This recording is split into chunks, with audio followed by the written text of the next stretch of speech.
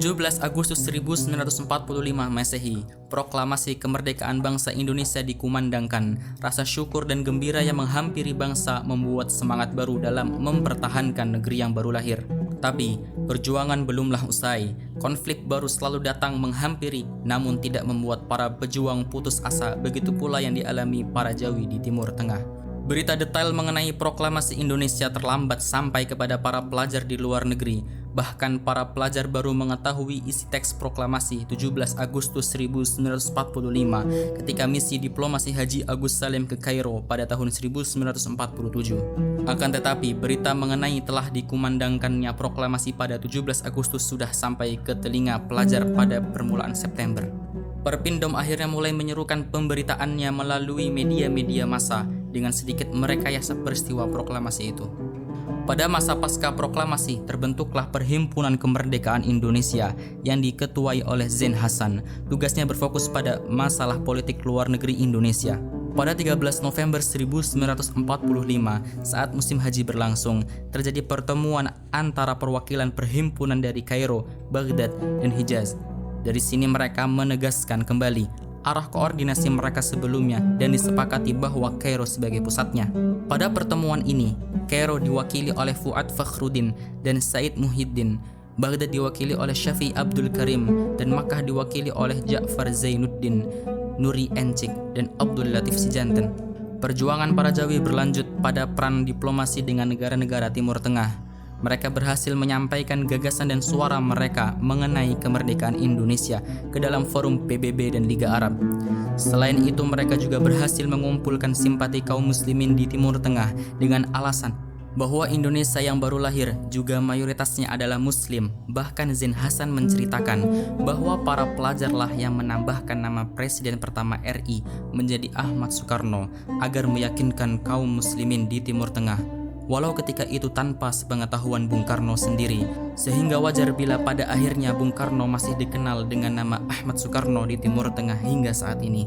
Hasilnya pada 22 Maret 1946, Mesir menjadi negara pertama yang mengakui secara de facto kedaulatan RI dan menjadikan panitia kemerdekaan yang diprakarsai oleh para pelajar tersebut sebagai wakil Indonesia di Mesir.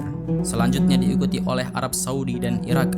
Dukungan pengakuan juga diperoleh dari bangsa Palestina hingga akhirnya pada tahun 1947 pengakuan secara de facto dan de jure telah diperoleh dari banyak negara Arab lainnya setelah sekian banyak diplomasi yang dilakukan delegasi dari RI. Nah, setelah Indonesia merdeka, tokoh-tokoh dari Timur Tengah ini atau para pelajar yang datang dari Timur Tengah ini memainkan peran yang juga tidak kecil ya. Pertama, yang paling penting ketika Indonesia merdeka itu yang diperankan oleh para pelajar dari Timur Tengah dan alumni-alumninya adalah jembatan diplomatik ke negara-negara di Timur Tengah. Jadi yang menghubungkan Indonesia misalnya dengan pemerintah Saudi Arabia, ke Raja Mesir, ke Raja Jordan, ke mana-mana itu adalah para pelajar dari Timur Tengah, karena mereka yang tahu ini kan, yang tahu peta di sana, sehingga peran diplomatik yang tentu diperlukan sekali ketika Indonesia merdeka karena butuh pengakuan kan dari negara-negara yang lain, itu menjadi hal yang sangat strategis sekali. Misalnya ya, kita kenal nanti ada Profesor Rasidi. Profesor Rasidi itu alumni Azhar. Nah, beliau ini ketika Indonesia merdeka sebelumnya ya, itu kan di Indonesia pertama kali merdeka itu kan diangkatlah menjadi konsul di Saudi, dikirim ke Mekah, walaupun tidak lama, setahun saja, kemudian ditarik untuk menjadi Menteri Agama ke Indonesia yang pertama itu. Tetapi di awal-awal perannya menjadi sangat penting untuk menjaga hubungan diplomasi itu. Nah, hubungan diplomatik ini penting untuk menambah kepercayaan diri para pemimpin Indonesia untuk terus memperjuangkan kemerdekaannya, karena ini tidak mudah gitu. Nah, makanya ketika Indonesia merdeka, yang pertama-tama memberikan dukungannya kepada kemerdekaan Indonesia itu adalah kerajaan-kerajaan atau negara-negara dari Timur Tengah gitu, karena peran diplomatiknya sendiri. Sementara pelajar-pelajar yang dari Eropa yang sebetulnya kan bisa memainkan itu tidak memungkinkan untuk itu, karena yang sedang bermasalah dengan Indonesia kan negara Eropa.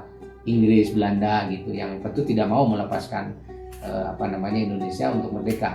Nah, makanya peran diplomatik pertama yang sangat krusial itu dimainkan oleh para pelajar dari Timur Tengah itu. Seiring berjalannya waktu, perjuangan politik luar negeri para Jawi ini perlahan usai. Di luar polemik lanjutan dalam catatan sejarah panjang bangsa Indonesia, pada akhirnya para Jawi nampaknya telah mencapai garis akhir dalam usaha mereka di episode kali ini. Meski pada akhirnya Indonesia dan Malaya menjadi dua negara yang berbeda, namun bukan berarti para pelajar kehilangan status persaudaraan yang telah mereka rajut dalam perjuangan bersama yang cukup panjang. Indonesia pada akhirnya telah terhubung dengan negara-negara Arab dan pemerintah mulai menjalin hubungan mandiri. Namun bukan berarti lepas dari peranan para pelajar sebelumnya. Dari sini, gerakan para pelajar dengan perhimpunan mereka mulai bertransmisi kembali, berfokus ke ranah intelektual. Memang jejak para pelajar Jawi setelah ini dalam rekaman sejarah sering luput dari pembahasan, namun peran mereka tak bisa dinafikan dalam sejarah perjuangan kemerdekaan Indonesia. Kiai Haji Khairul Zakir menjadi bagian daripada mempersiapkan Indonesia merdeka dengan mendirikan sekolah tinggi. Para kiai-kiai kita, Kiai Haji Hasyim Asy'ari, Kiai Muhammad Rasulullah, kemudian pun juga Kiai Haji Mas Mansur, kemudian Kiai Haji Abdul Halim yang tadi telah saya sebutkan namanya, pulang ke Indonesia selain aktif di dunia politik, mereka juga aktif di dunia pendidikan. Jadi ketika kemudian masih ada sahabat-sahabat kita, alumni Timur Tengah, di era modern semacam ini, masih mau pulang, masih mau belajar di Fakultas Kesyariahan dan kemudian pulang ke Indonesia melanjutkan kiprahnya di dunia pendidikan, itu bagus dan itu luar biasa. Kemudian tentu saja peran berikutnya setelah Indonesia merdeka yang lebih penting lagi adalah para pelajar dari Timur Tengah ini dia melanjutkan tradisi para pendahulunya, yaitu menjaga turos Islam. Jadi kan karena mereka ini juga sudah berperan ya di dalam kemerdekaan Indonesia bahkan sebelumnya ya. Nah, ketika ada kepentingan-kepentingan Islam yang berusaha dijegal oleh orang-orang yang tidak suka dengan Islam, karena di Indonesia ini ada banyak kelompok, ada yang komunis, ada yang nasionalis, anti agama dan sebagainya gitu.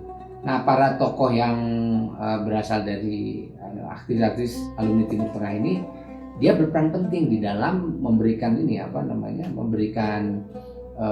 kontribusi-kontribusi untuk menjaga keberlangsungan Islam di Indonesia ini, terutama untuk menjaga ilmu pengetahuan Islam ya, di sosial Islamnya. Nah, misalnya ya, di antara peran alumni Timur Tengah itu adalah mendirikan perguruan tinggi Islam yang pertama. Jadi perguruan tinggi Islam pertama itu kan didirikan tahun 46 ya oleh panitia dari kalangan Masyumi. Waktu itu yang menjadi tokoh sentralnya itu adalah Profesor Khairul Zakir.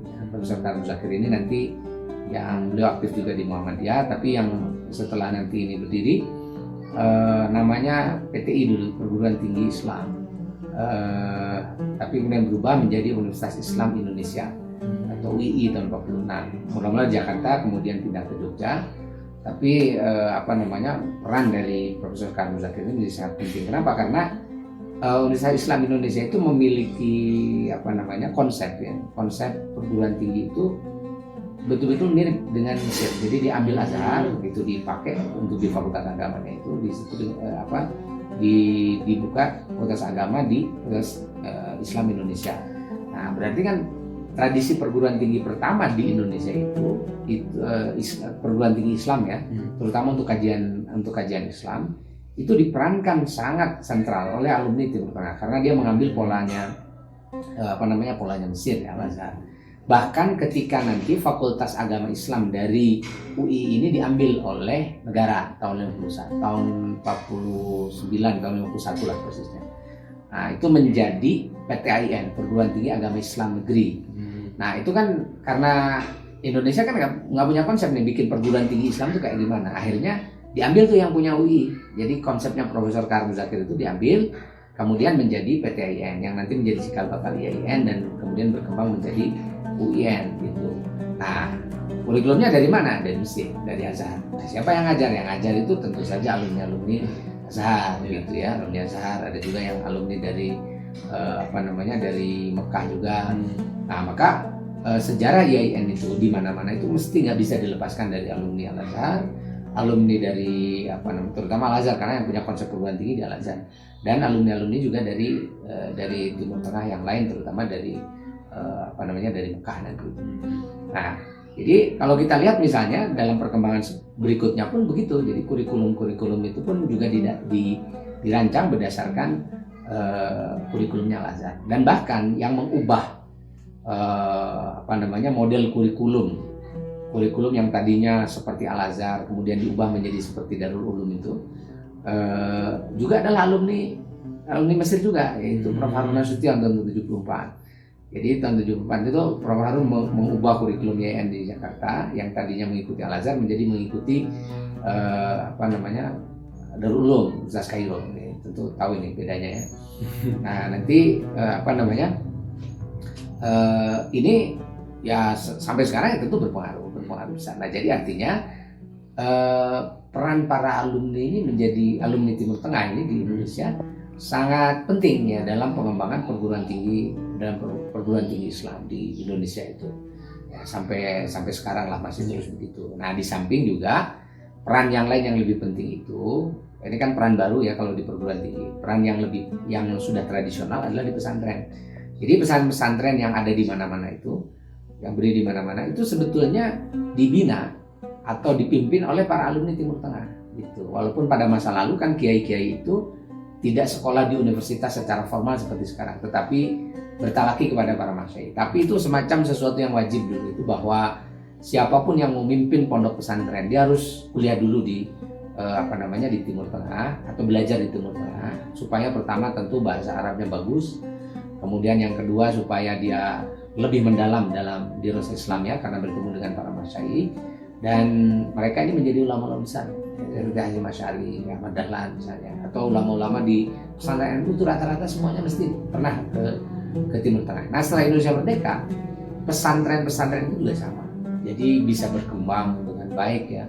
Kualitas pendidikan dan pengajarannya semakin bagus, semakin tinggi seperti sekarang kita saksikan. Itu juga karena alumni-alumni Timur Tengah ketika pulang mereka selain berkhidmat tadi di pendidikan yang diselenggarakan negara, juga berkhidmat di politik. Nah, ini sebagian besar juga mereka berkhidmat di pesantren itu, sehingga tradisi pesantren kaum santri itu tetap bisa terpelihara. Nah, salah satunya itu karena ada peran yang yang penting dari alumni Timur Tengah ini. Dan kan ya sampai sekarang sudah jadi tradisi kan. Dari pesantren itu ya kalau mau melanjutkan studi Timur Tengah gitu ya, mereka nanti pulang ke pesantren mengembangkan lagi studinya di Indonesia dan sebagainya. Nah, belum lagi nanti selain itu juga di antara mereka ada yang menjadi dai ya. Kalau itu tentu adalah peran tradisional sejak lama, mereka membina masyarakat, terjun dan sebagainya.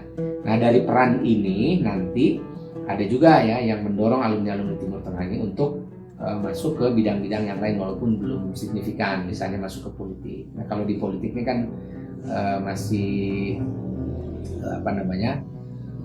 sebelum reformasi itu sedikit sekali. Nanti setelah reformasi sudah mulai kelihatan ada alumni Timur Tengah yang misalnya jadi menteri ya, seperti Prof. Mahfud Basyuni kan alumni dari Madinah. Kemudian kalau Mesir juga banyak ya, Quraish Shihab, Said Abdul Munawar misalnya. Tapi khas tuh menteri agama lah ininya.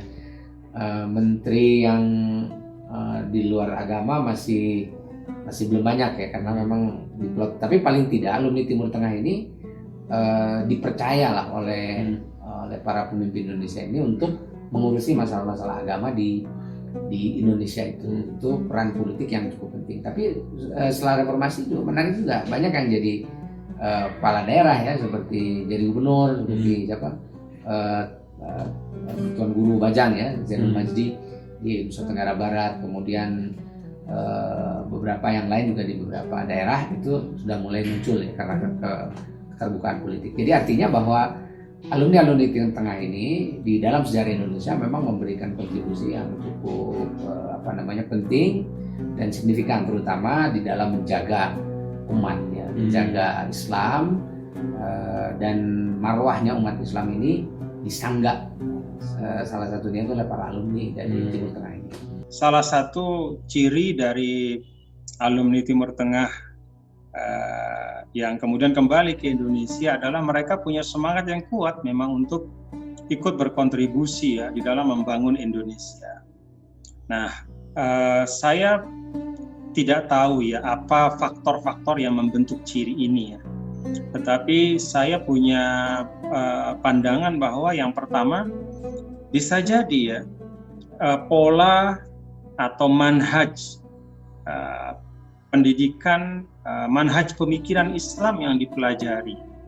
Kalau tadi misalnya disebut Bapak Abdul Qahar Muzakir ya, seorang pahlawan nasional alumni Kairo yang menjadi anggota Panitia 9 dan berperan aktif dalam merumuskan dasar negara Piagam Jakarta yang kemudian matang menjadi sekarang bentuk yang sekarang ya, setelah kita konsensuskan.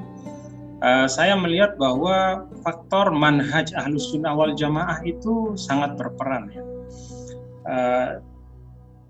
Manhaj Ahlus Sunnah wal Jamaah itu kan punya ciri ya, ta'amulun nas ma'al waqi.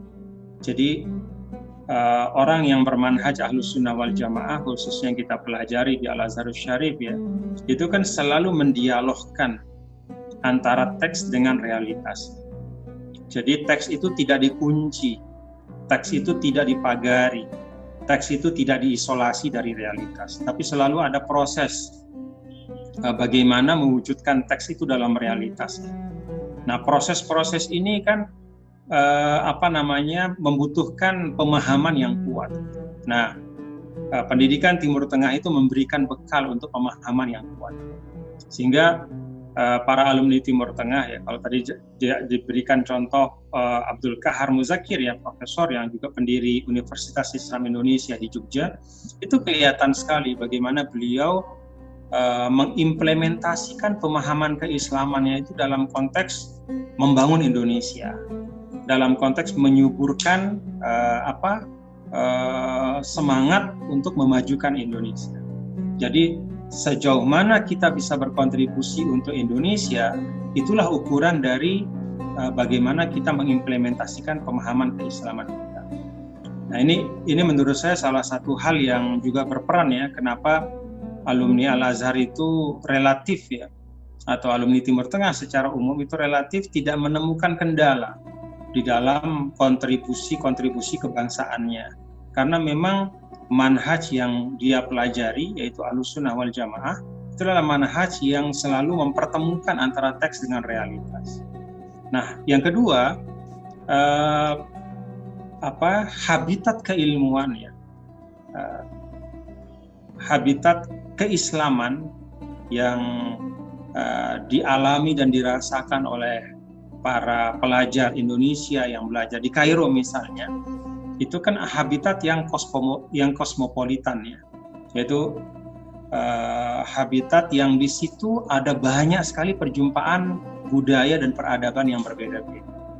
Kita tahu bahwa Mesir misalnya itu adalah satu tempat perjumpaan peradaban-peradaban besar di dunia, sehingga tradisi-tradisi menghormati perbedaan, tradisi hidup dalam harmoni di tengah-tengah perbedaan ya, mengapresiasi orang yang berbeda, mengapresiasi paham yang berbeda, itu memang sudah tumbuh di dalam diri seorang Azhari misalnya, sehingga ketika dia berkontribusi di Indonesia, dia tidak melihat perbedaan yang demikian kaya di Indonesia ini sebagai handicapnya di dalam mengamalkan ilmunya, tapi dia melihat itu sebagai tantangan dan juga sebagai lanskap perjuangan, dan itu semua dinikmati.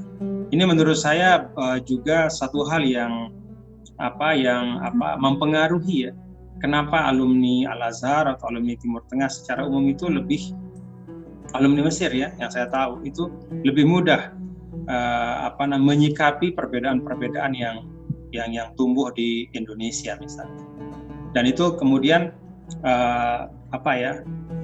memudahkan ya, para alumni Mesir, alumni Timur Tengah untuk berkontribusi membangun Indonesia. Pada masa awal terbentuknya Republik Indonesia, ada beberapa pelajar yang pulang ke tanah air, kemudian berdampingan dengan para pelajar dari luar negeri lainnya untuk sama-sama mengisi peran perjuangan, yaitu membangun stabilitas Republik Indonesia yang baru lahir. Meski peran alumni Kairo cukup sentral dalam perjuangan kemerdekaan, namun jejak mereka amatlah samar-samar pasca kemerdekaan Indonesia.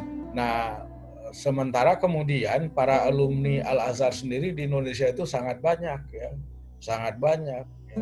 Tetapi kemudian memang mereka itu tidak dalam soal keulamaan tidak semenonjol seperti ulama jebolan Haramain, ya kan?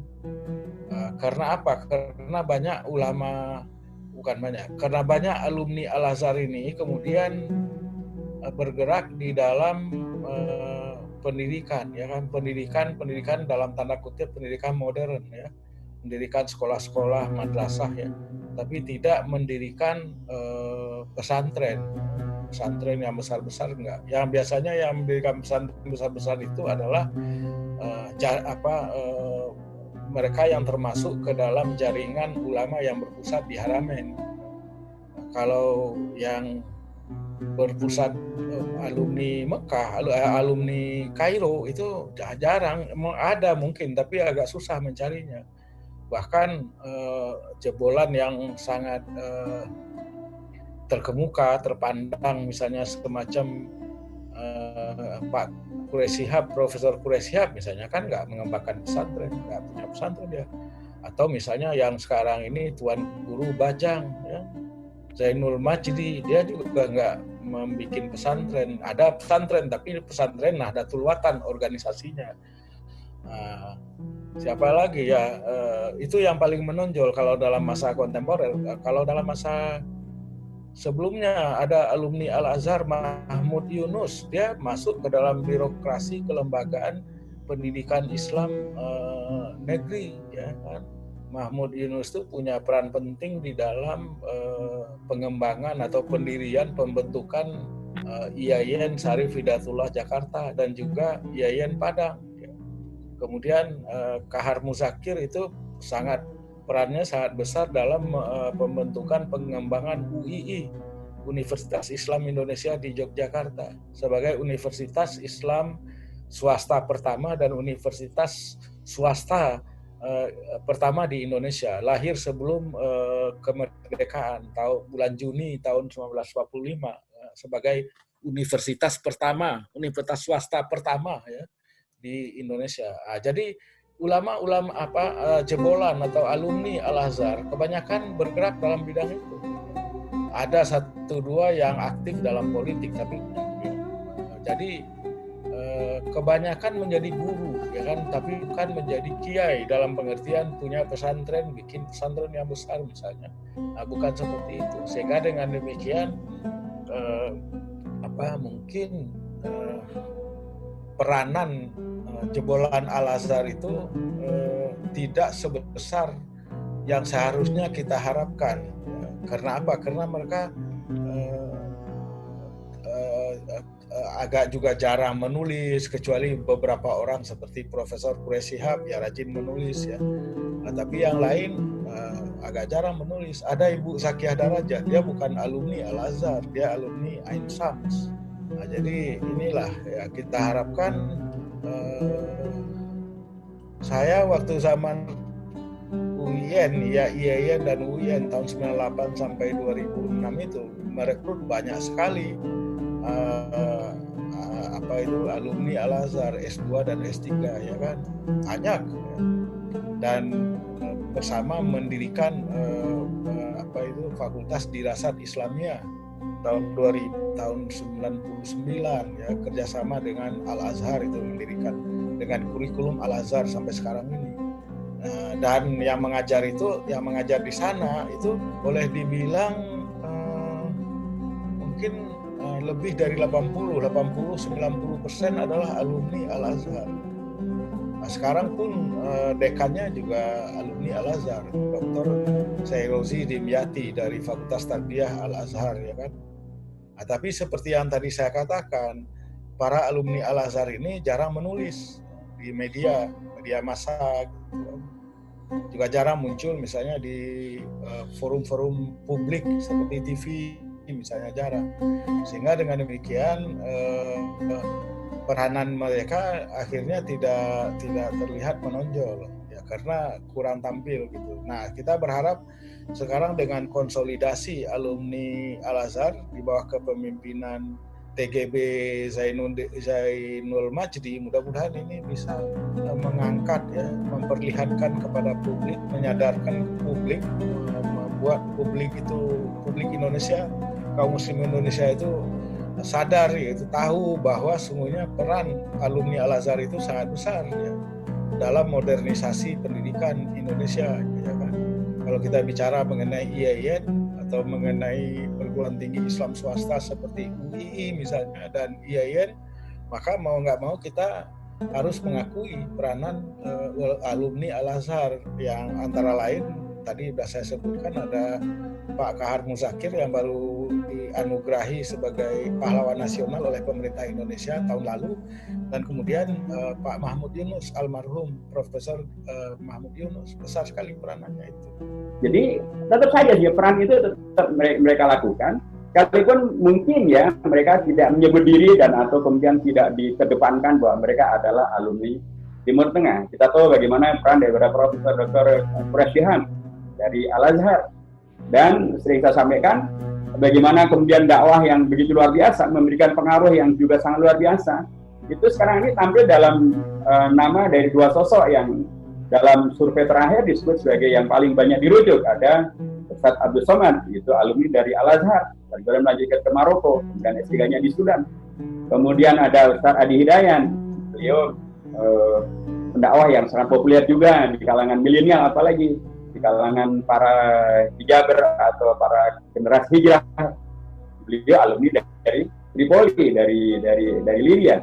Jadi sekali lagi peran mereka tetap berjalan sesungguhnya, termasuk bila kemudian kita bicara tentang peran mereka di dunia politik.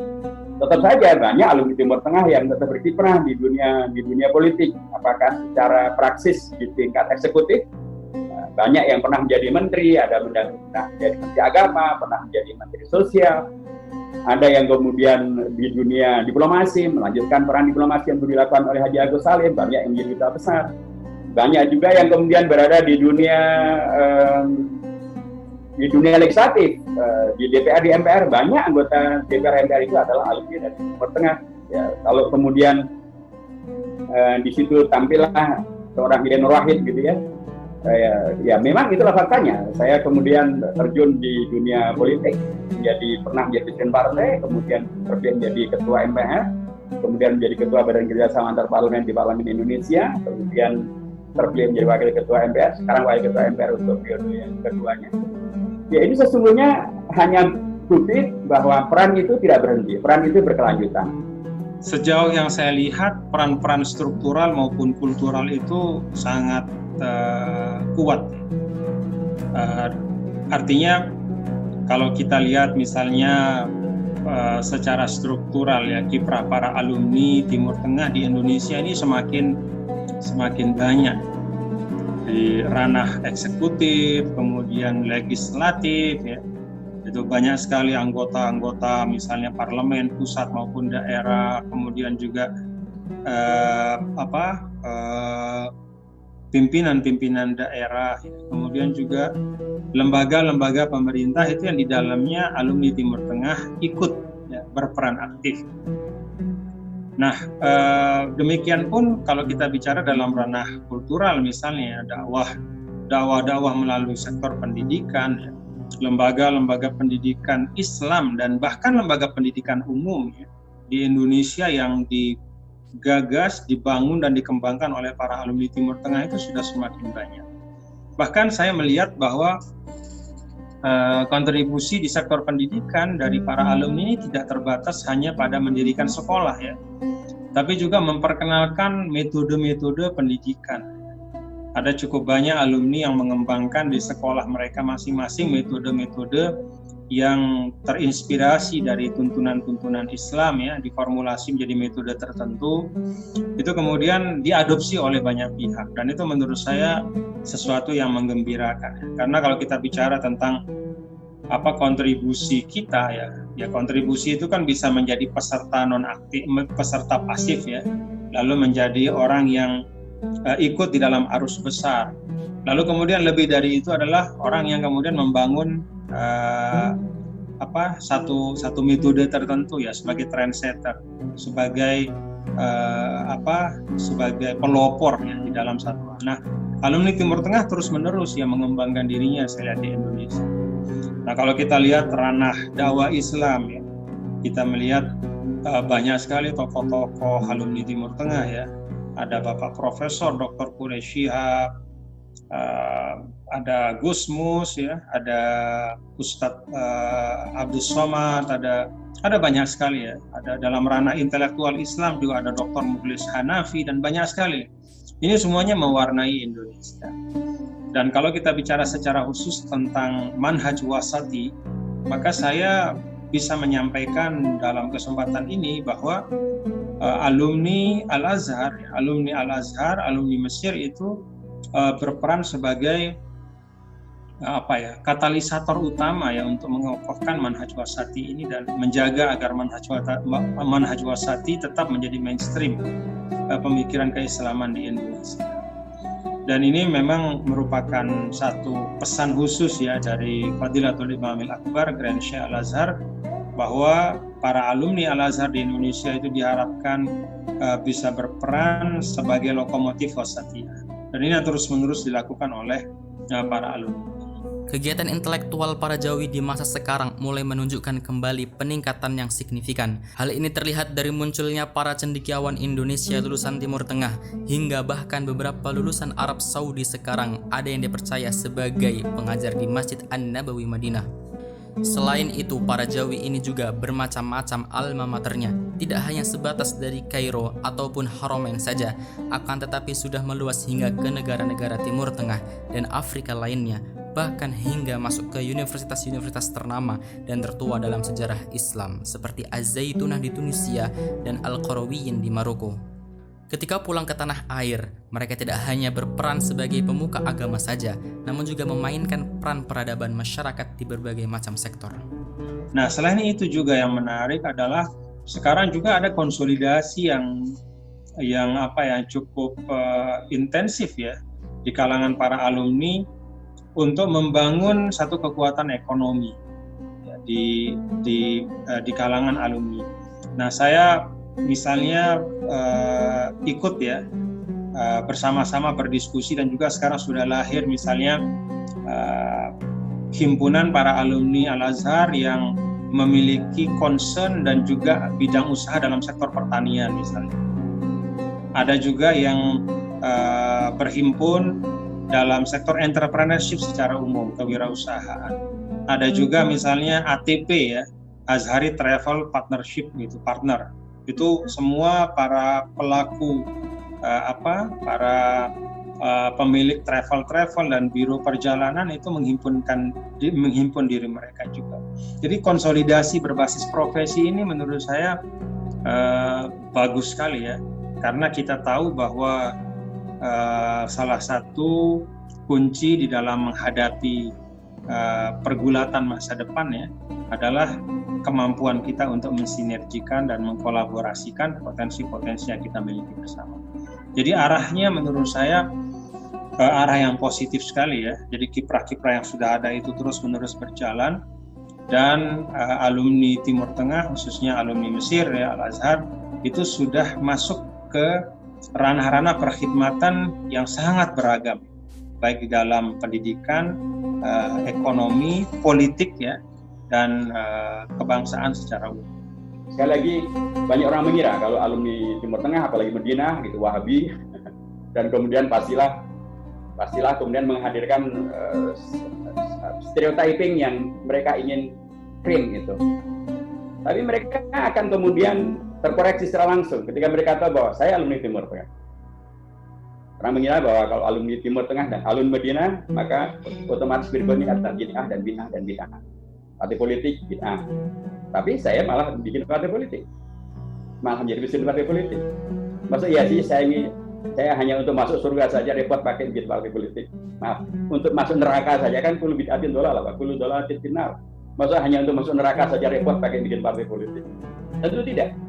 Bersama saya alhamdulillah waktu kita bikin partai politik ada banyak alumni Timur Tengah yang S3, ada S3 dari Al-Azhar dalam bidang hadis. ada S3 dari Al-Azhar dalam bidang fikih dan usul fikih. Ada S3 dari Madinah dalam bidang fikih dan usul fikih. Ada S3 dari Madinah dalam bidang akidah. Ada S3 dari Riyadh dalam bidang Thaqafah Islamiyah. Ada S3 dari Al-Azhar sekali lagi dalam bidang Al-Adab. Jadi kami ternyata mendapatkan dukungan dari alumni Timur Tengah S3 dalam beragam bidang ilmu tadi itu, dan kemudian kita membuktikan bahwa tidak seperti itu hakikat daripada alumni dari Madinah, dari Timur Tengah. Kita bukanlah kelompok yang punya orientasinya anti kepada negara di mana kita berada, kemudian dieksklusif, menjadi membid'ahkan, mengkafirkan, menghadirkan Islam yang radikal. Kita melanjutkan apa yang telah dilakukan oleh para alumni Timur Tengah yang bermukim di Mekah, yang bermukim di Mesir, yang nama-nama tadi telah saya sebutkan. Ada yang kemudian menjadi ormas dan Muhammadiyah, ada yang menjadi anggota BPK, ada yang menjadi anggota Panitia 9, ada yang menjadi anggota PPKI, ada yang kemudian menjadi mendirikan sekolah tinggi Islam atau universitas Islam tertua di Indonesia, ada yang kemudian menjadi Menteri Agama pertama. Itulah alumni Timur Tengah yang sejak mereka ingin kita lanjutkan. Setelah para pendahulu mereka, kini saatnya generasi baru yang melanjutkan perjuangan di era berbeda. Karena pada dasarnya sejarah pasti berulang, hanya saja tokoh dan latarnya yang berubah. Pada akhirnya, para pelajar Indonesia di Timur Tengah Afrika telah mengukir jejak mereka sendiri dalam catatan sejarah bangsa Indonesia.